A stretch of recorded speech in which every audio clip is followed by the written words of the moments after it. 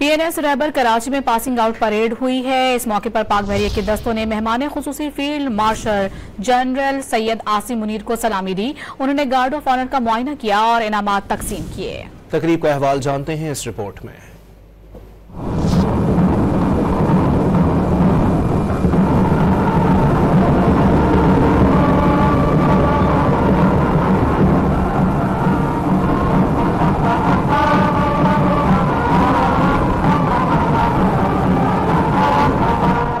Pakistan naval academy PNS Rahbar Karachi में 123वें midshipman और 31वें शॉर्ट सर्विस कमीशन कोर्स की कमीशनिंग परेड हुई है।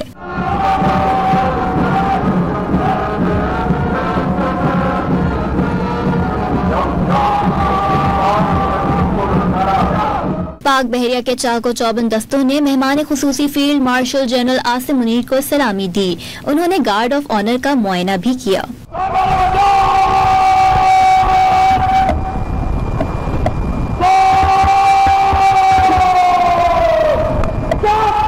इस मौके पर फारिग तहसील कैडेट से जिम्मेदारियों का हलफ लिया गया। अल्लाह ताला को जानकर हल्फ पकाता हूँ कि मैं खुलूस नियत से पाकिस्तान का हम और वफादार रहूंगा।